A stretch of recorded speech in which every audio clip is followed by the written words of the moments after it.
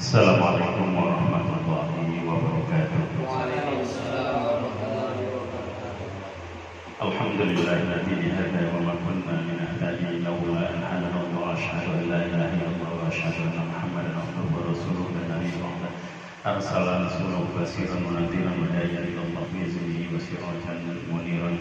Allahumma shalli ala sayyidina Muhammadin wa ala alihi wa ashabihi wa tabi'in wa man tabi'ahum bi ihsan ila yaumil kama qala ta'ala fi kitabil karim. Bismillahirrahmanirrahim. Wa ma umiru illa liya'budullaha mukhlishina al-ayat. Para jamaah, para sesepuh, para asatidz yang kami hormati, alhamdulillah pada malam hari berbahagia ini kita semua masih diberi nikmat oleh Allah, mendapat kasih sayang Allah Subhanahu wa taala. Dan kita semua masih dalam lindungan Allah Subhanahu wa taala.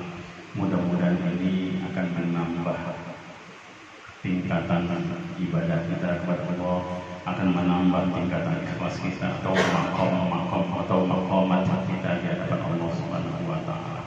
Semoga dengan kajian kita pada malam hari yang berbahagia ini kita bersama-sama niat talabul ilmi, menggaji kitab hidayah besar, tidak lain adalah untuk meraih kecintaan Allah Subhanahu wa taala. Amin ya rabbal alamin. Pada malam hari yang berbahagia ini izinkan kami untuk kembali membahas tentang al-faslus tsadis bil ikhlas was-sidq. Kita ngaji tentang bab ikhlas dan sidq juga.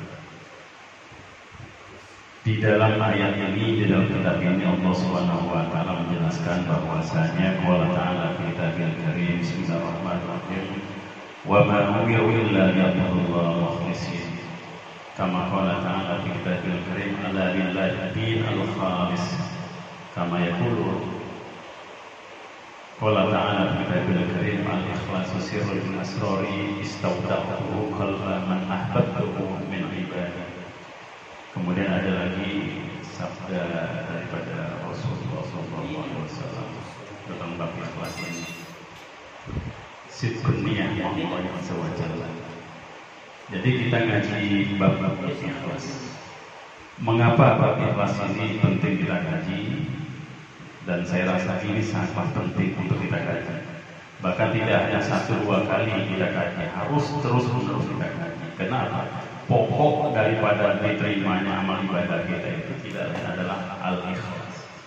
Makanya Imam Syahid Athaillah Syakandari dalam kitab al-Hikamnya mengatakan ruhul ibadah al-ikhlas. Yang namanya ruh ibadah itu apapun ibadahnya itu ikhlas. Ibadah sebaik apapun, ibadah sebagus apapun, setinggi apapun tingkatannya, sekalipun orang bisa ibadah sholat di atas pohon misalnya, atau ada seorang ulama yang bisa ibadah di atas air, ngambang di atas air, atau ada ulama yang bisa sholat di atas pelepah daun kelapa atau daun pisang misalnya, tinggi, tapi itu tidak akan menjadi nilai apa-apa kalau tidak ada ikhlas di dalam ibadah itu. Jadi ibadah kita itu seperti mayit. Kita sholat, ibadah sholat, kalau sebagus apapun sholat kita, kalau seandainya dalam sholat kita tidak ada ruh di dalamnya, maka sholat itu tidak ada fungsinya. Maka sholat kita mati, tidak akan diterima oleh Allah Subhanahu wa taala. Dan ruhnya sholat adalah al-ikhlas. Begitupun dengan puasa, sedekah, sedekah, menolong orang lain atau amal semuanya itu akan menjadi nilai yang saya berarti kalau di dalamnya ada ikhlas. Makanya penting bagi kita untuk membahas tentang bab ikhlas. Banyak persepsi, banyak prediksi, banyak makna daripada ikhlas itu. Para ulama banyak mengartikan tentang bab ikhlas. Nah, makanya ikhlas itu kata Allah itu sirrun min asrarillah, sirrun min asrar. Jadi rahasia yang tahu ikhlas itu hanyalah Allah Subhanahu wa taala. Kita tidak ada yang tahu tentang ikhlas itu. Cuma paling bisa mengira-ngira. Paling juga bisa hanya mengira-ngira ikhlas. Tapi tidak bisa mengetahui ikhlas apa tidak itu. Kenapa? Itu rahasia Allah saja. Dan ikhlas itu adanya di dalam hati. Misalnya saya berkata, saya ikhlas ya bantu kamu. Ini belum ikhlas namanya, hanya sebatas promosi ikhlas, hanya sebatas kalau buku itu sampul judulnya apa nih, Hidayah Salikin, hanya judulnya saja. Tetapi kadang-kadang kita sudah merasa bahwasanya apa yang kita bicarakan, apa yang keluar dari mulut kita ikhlas, seakan-akan sudah ikhlas, padahal itu belum. Kenapa ikhlas itu tidak ada rupa, tidak ada suara, tidak ada nyata, sirrun min asrillah, rahasia daripada Allah Subhanahu wa taala, dan adanya ada di dalam hati. Nah, makanya bagaimana supaya kita ada muncul niat ikhlas? Kalau ibadah sudah keluar dari mulut, itu berkurang kadar ikhlasnya, apapun ibadah. Makanya yang paling baik bagaimana? Jangan pernah sampai mulut ini ikut membicarakan amal ibadah, itu baru ikhlasnya yang utuh. Yang ada dalam hati saja, yang tahu hanya Allah, yang tahu hanya hati kita, dan malaikat Allah. Tapi kalau kebaikan sudah keluar dari mulut kita, itu ibaratnya sudah bercampur. Air itu sudah seperti kopi. Yang tadinya airnya putih, bening, tapi sudah berubah menjadi kopi. Kenapa? Mulut mengatakan itu, mulut menyampaikan itu. Nah, berarti sudah mulai berkurang. Ibarat air itu sudah kotak. Nah, makanya jangan pernah kita berbuat kebaikan itu langsung diucapkan atau dibicarakan. Kenapa? Khawatir penyakit-penyakit riya sum'ah muncul. Sombong, bangga, pasti itu bangga. Tapi kadang-kadang orang nggak ikhlas juga kadang-kadang berbuat baik tapi tidak diomongin. Nah, ini kacau juga kadang-kadang. Jadi ketika dia berbuat baik, kalau tidak dibicarakan ke orang, tidak diomong orang tidak tahu. Kadang-kadang nggak ikhlas juga dalam hati itu. Nah, ini bencana itu. Makanya ibaratnya orang yang ikhlas itu adalah orang yang rugi di mata manusia. Rugi kenapa? Dia tidak diketahui kebaikannya. Rugi di hadapan orang, seakan-akan dia ini tidak pernah berbuat baik, seakan-akan dia ini tidak pernah melakukan ibadah yang pas atau ibadah yang tinggi. Kenapa? Orang tidak ada yang tahu. Rugi di hadapan manusia, tetapi dia tinggi di hadapan Allah Subhanahu wa taala. Kenapa? Semua hal ibadah dia hanya Allah saja yang tahu. Nah, makanya dikatakan di sini Allah berfirman, "Wa ma umiru illa liya'budullaha mukhlishin." Maka tidaklah mereka itu disuruh oleh Allah Subhanahu wa taala untuk berbuat ibadah yang di dalamnya itu ada ikhlas di dalam hatinya. Ikhlas itu di dalam hati, bukan di dalam ucapan. Kalau kita masih berkata ikhlas dalam ucapan, berarti itu sudah bercampur aduk. Berarti warna-warni sudah di dalam air. Akan tetapi perbuatan yang hanya tertanam dalam hati, itulah ikhlas yang murni karena Allah yang tahu daripada itu. Maka ibadah apapun tidak akan diterima oleh Allah kalau di dalamnya tidak ada cahaya yang bernama ikhlas. Ada lagi di dalam Al-Quran itu tentang sholat. Apa namanya itu ayatnya yang kalau orang sholatnya dibinasakan itu? Fawailul lil musallin alladzina hum an sholatihim sahun. Nah, kalau pemahaman umum, celaka atau binasalah orang yang sholat yang lalai, orang yang lalai dalam sholatnya. Nah, prediksi orang syariat adalah waktu sholat datang, dia tidak melakukan sholat, dan kan melalaikan itu. Ketika suara azan, dia tidak laksana sholat, maka itu termasuk melalaikan atau menyela-nyela waktu sengaja gitu ya. Nah, menunda-nunda waktu, entah itu karena kesibukan, entah apa. Itu dalam hukum syariat itu termasuk orang yang lalai, dan itu orang celaka dalam Al-Quran. Artinya orang yang binasa. Nah, tapi kalau kita kaji lagi ke dalam pendapatnya para ulama musannifin, ulama tasawuf, ulama arifin billah, ulama tarekat, itu beda lagi, lebih dalam lagi. Jadi yang dia maksud dengan fawailul lil musallin, orang yang celaka dalam sholatnya karena kelalaian adalah orang yang ketika sholatnya membawa pikiran selain daripada sholat. Jadi bukan karena meninggalkan waktu sholat, itu pasti lalai. Tapi orang sholat ketika sholat, tapi dia memikirkan hal-hal selain sholat gitu. Nah, menurut Al-Imam Ghazali itu tarkus sholat. Berarti orang yang sholat tidak dapat sholatnya. Kenapa? Dia meninggalkan sholatnya walaupun dia sholat. Tapi itu sudah termasuk orang lalai. Itu menurut orang tasawuf, ulama tasawuf. Jadi itu orang yang binasa begitu. Padahal dia sudah lihat di awalnya misalnya apa namanya sholli fardhu syari arba rakaatin ya lillahi lillahi itu kan kalimat ikhlas lillahi ta'ala ikhlas karena Allah Subhanahu wa taala. Benar dia artinya. Tapi ketika sholat entah rakaat keberapa gitu kepikiran masalah apa pekerjaan, masalah lain-lain, itu dia hukumi takus sholat. Berarti hukumnya dia meninggalkan sholat. Kalau orang seperti itu dia lalai, berarti sholatnya tidak sah walaupun sholat sudah 4 rakaat. Kenapa orang seperti itu sudah lalai ibadahnya? Dia menghadap kepada Allah awalnya, kemudian dia membelakangi Allah karena berpikir selain daripada Allah. Itu lebih sadis kan kalau tasawuf. Berarti kita ini belum apa-apanya. Nah terus sikap kita bagaimana? Mana yang kita ikuti? Apakah ulama syariat? Apakah ulama tasawuf? Kalau ingin hati-hati, ikutilah ulama tasawuf. Kalau ulama syariat, ya masih tadi suka melalaikan. Oh, berarti yang dimaksud dengan lalai itu adalah orang yang ketika waktu sholat datang, dia nggak langsung sholat.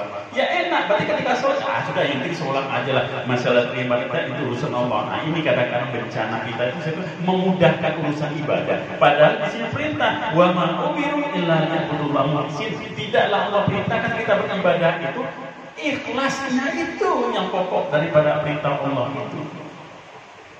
Nah tapi kadang-kadang kita mempermainkan, kadang-kadang kita menganggap biarkan Allah saja ya, yang penting saya sholat, yang penting saya nggak berpikir cara yang lebih baik itu bisa dapat ikhlas. Nah berarti lebih dalam lagi tasawuf mengkaji itu. Makanya pentingnya ilmu tasawuf, penting ilmu tarekat itu begitu. Ngajian dalam yang jero itu.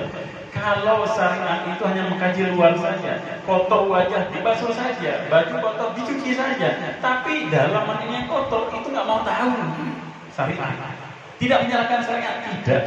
Tapi kebanyakan syariat itu bicara seperti itu. Hanya luarnya saja yang perlu dipoles. Biar pantas, biar nampak bagus, luarnya saja. Dalam tak urusan.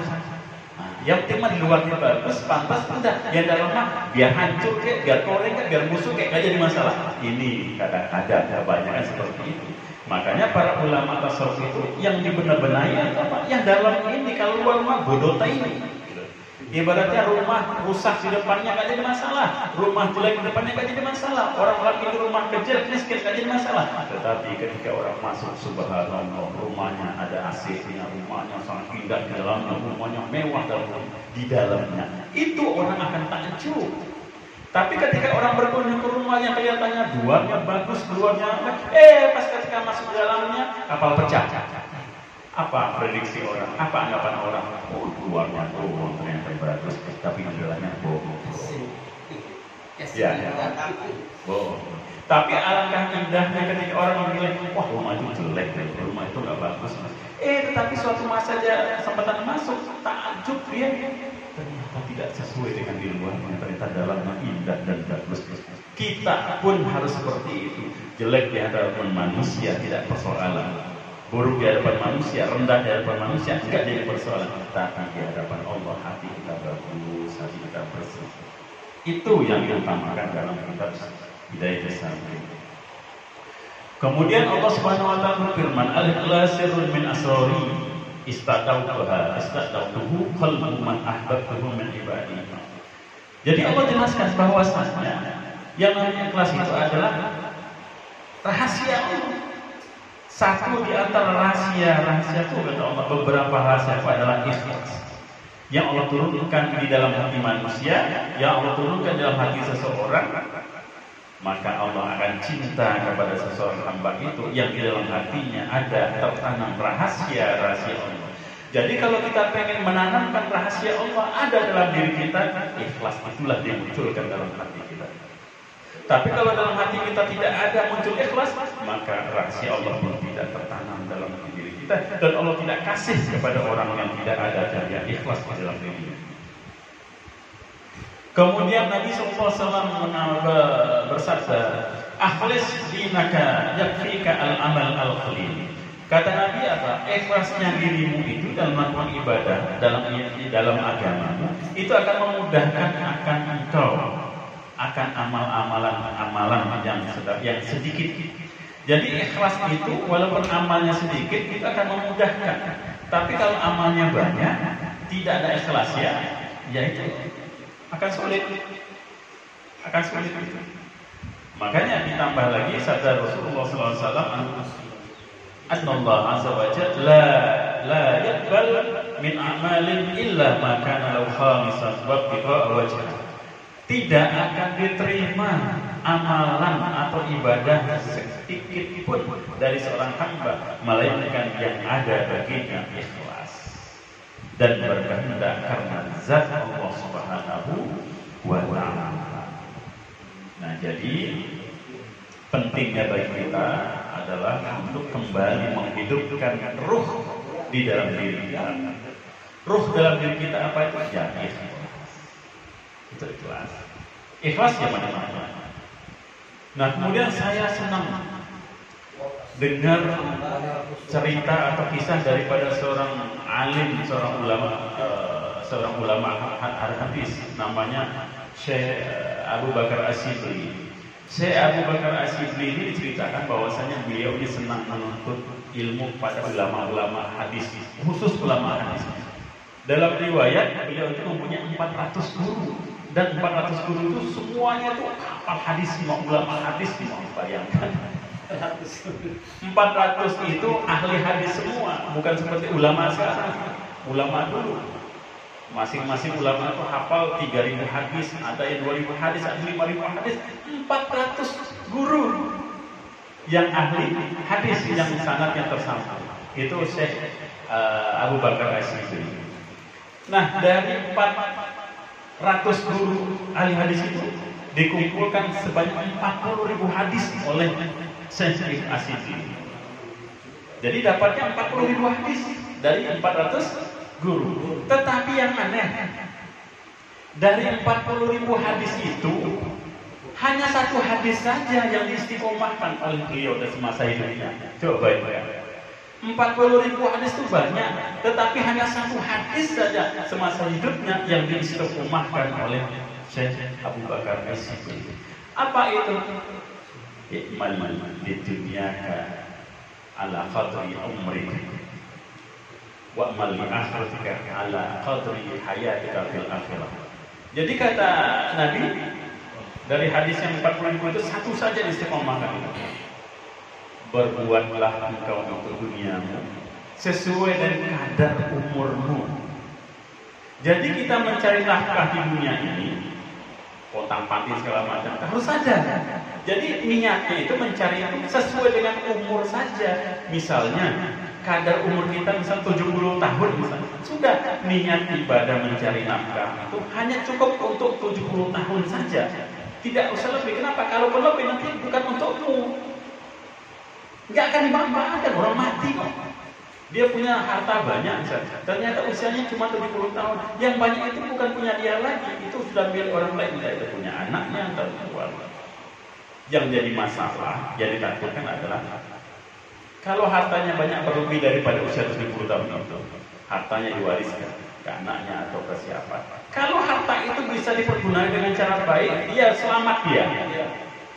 Dia diselamat. Tapi kalau seandainya dia mewariskan harta kepada anaknya atau kepada siapapun, tapi harta itu dipakai untuk kemurkaan kepada Allah, dia kena hisab yang meninggal ini. Tuh, coba bayangkan.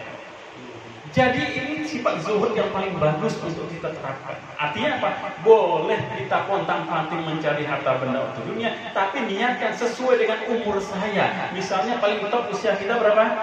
70 tahun itu pun sudah jarang. Maka niatkanlah untuk itu saja, sehingga kesananya kita tidak akan dihisab oleh harta kita itu. Kalau tidak begitu, orang akan menggebu-gebu terus mencari nafkah itu, mencari harta itu, menggebu-gebu terus, akan dia hidup selamanya di dunia. Nah, kadang-kadang kita nggak sadar, harta yang kita tinggalkan lebih daripada usia kita itu akan dihisab oleh Allah. Kalau baik cara penggunaannya, petasarufannya bagus, anak kita ini ibadah, dipakai harta kita dipakai ibadah oleh anak kita, zakatnya ditunaikan, sudah dikeluarkan, selamat ini yang punya harta benda ini. Tapi celaka juga, nanti dia akan mendapatkan hisab juga, nanti dipertanggungjawab itu hartamu kata Allah yang kau cari-cari melebihi daripada kadarmu. Ternyata hartamu dipakai tidak bagus oleh anak-anakmu, ternyata ya kau juga berpengaruh, itu hartamu. Hisab kena hisab itu orang. Wa mali akhiratin ala qadri mahayatikal akhirah. Kemudian kata Rasulullah, berbuatlah kau banyak untuk akhiratmu sesuai dengan kadar kehidupan yang paling lama, kehidupan yang paling abadi di akhirat. Jadi kita melakukan perbuatan akhirat itu harus sadar bahwasanya hidup kita paling lama itu di akhirat, bukan di dunia. Berarti banyaklah kita memperbanyak amalan atau persiapan untuk hidup di akhirat. Kenapa hidup di akhirat bukan 70 tahun lagi, bukan 100 tahun, tapi abadan selamanya. Jadi pilih mana? Apakah mati-matian membela untuk kebutuhan hidup yang sementara di dunia yang hanya sebentar, ataukah mati-matian untuk mengumpulkan pundi-pundi amal ibadah untuk kehidupan yang paling kekal di akhirat? Itu paling abadi, ratusan tahun bahkan ribuan tahun kita hidup di akhirat kelak. Bayangkan kalau seandainya bekal kita tidak sampai. Bayangkan kalau seandainya bekal kita tidak cukup di akhirat, mau jadi apa di sana? Sengsara, suwe sengsaranya. Kalau di dunia sengsara cuma sebentar. Balik kalau sengsara melarat 70 tahun udah habis melaratnya. Tapi kalau di akhirat sengsara selamanya kalau sengsara. Tapi kalau bekalnya cukup selamanya, enak ya. Jadi pilihan antara dua. Jadi ternyata Imam Syekh Abu Bakar As-Siddiq dari 40.000 hadis satu saja yang diamalkan itu. Ya tadi itu. Jadi mencari harta benda itu sesuai kadar umur, seakan-akan paling saya top umur saya 70 tahun. Walaupun nanti nggak sampai 70 tahun. Berarti dia niat mengumpulkan harta cukup untuk usia itu saja untuk dia nikmati. Kenapa? Di lain itu dia akan mendapatkan hisab daripada harta benda ini. Tetapi dia sadar bahwasanya hidup saya paling utuh, paling lama nanti di akhirat. Makanya dia mati-matian mengumpulkan bekal untuk akhirat dalam masa itu. Kenapa? Dia tahu hidup saya nanti di sana, bukan di dunia. Orang rela menghabiskan ratusan juta untuk hal-hal dunia, tetapi untuk urusan akhirat 100.000 aja sudah sulit. Padahal yang menjadi itu kan 100.000-nya, bukan 100 jutanya. 100 juta itu akan hilang, tapi 100.000 itu akan menjadi. Tapi kan kurang untuk kehidupan yang paling lama nanti di akhirat. Nah makanya, ya ini buat kita semua. Apa namanya itu? Kritikan untuk kita. Ini sebenarnya tembakan untuk kita atau sentil untuk kita lah. Yang mencari dunia itu seakan-akan dunia ini akan dipeluk selama-lamanya, seakan-akan hidup selama-lamanya di dunia ini sentilan untuk kita. Maka sadar kita, ingat umur, belum tentu umur kita 70 tahun, belum tentu. Nah makanya dalam mencari rezeki boleh, tidak ada yang melarang, tapi harus ada kadarnya, harus ada batasan. Jangan seperti orang yang kemarukan gunung, kalau bisa dipeluk, dikeruk gitu. Lautan kalau bisa ditenggelam, diselami, diseberangi. Jangan seperti itu. Coba bayangkan, ulama-ulama yang zuhud seperti itu. Jadi ada batasan semua. Jadi enak kalau hidup ada batasannya, kita tidak serakah, tidak tamak. Ada batasannya. Hidup itu harus ada batasannya. Ngeri ya kalau cerita hadis ini. Harta yang kita tinggalkan itu nanti akan menghisap kita loh. Anak kita kalau benar menggunakan, kalau anak itu ibadah, harta kita dipakai untuk anak kita untuk ibadah, wah kita bisa dapat kemuliaan itu. Tapi sebaliknya, kalau nanti meninggalkan warisan anak, timbulnya saling tuntut-tuntutan di pengadilan, anak saling hujat-hujatan, anak saling atau harta itu melalaikan anak kita, baru bencana itu. Nauzubillah, sia-sia ya mencari harta benda. Ini nikmatnya kita ngaji itu tanpa batin. Ini kalau bab syariat itu sudah biasa. Makanya saya diomongi sama guru saya berpendidik, saya kalau bisa nggak boleh banyak membahas bab syariat. Kenapa? Bab syariat itu sudah tahu judulnya, sudah tahu letaknya, sudah tahu petanya. Arahnya sudah tahu semua, itu haram, ini halal, kalau nggak makruh, kalau nggak ya mubah. Itu aja hukum syariat. Nggak ada yang lain bahasa. Nggak ada lagi syariat hukum. Kalau nggak haram, halal. Kalau nggak halal, mubah. Kalau nggak mubah, makruh. Apa lagi? Sunnah. Apa lagi? Udah itu saja mentoknya. Tapi kalau Anda masuk ke dalam bertasawuf, kalau Anda masuk ke hakikat makrifat, tidak ada batasan, hukum tidak ada batasan. Kenapa? Hati, kita bicara hati. Semakin dalam kita masuk, semakin kita jauh memandang. Karena hati, kenapa? Ilmunya Allah tanamkan dalam hati. Tidak akan bisa menembus batasan-batasan ilmunya Allah. Pernah suatu ketika ada dialog, itu Syekh Yazid Al-Bustami, seorang wali Allah terkenal, dengan seorang ulama ahli hadis ketika itu, ulama syariah. Ulama syariah ini hafal ratusan hadis, kemudian bertanya kepada Syekh Yazid Al-Bustami, ya Syekh Yazid Al-Bustami, aina ma kunta min ilmi ma ustadz ma sayyidkan. Ya Syekh Yazid, kamu belajar ilmu makrifat, siapa gurumu? Dari mana aku belajar? Apakah guru ahli fiqh? Kalau saya belajar dengan ulama-ulama guru saya ahli fiqh.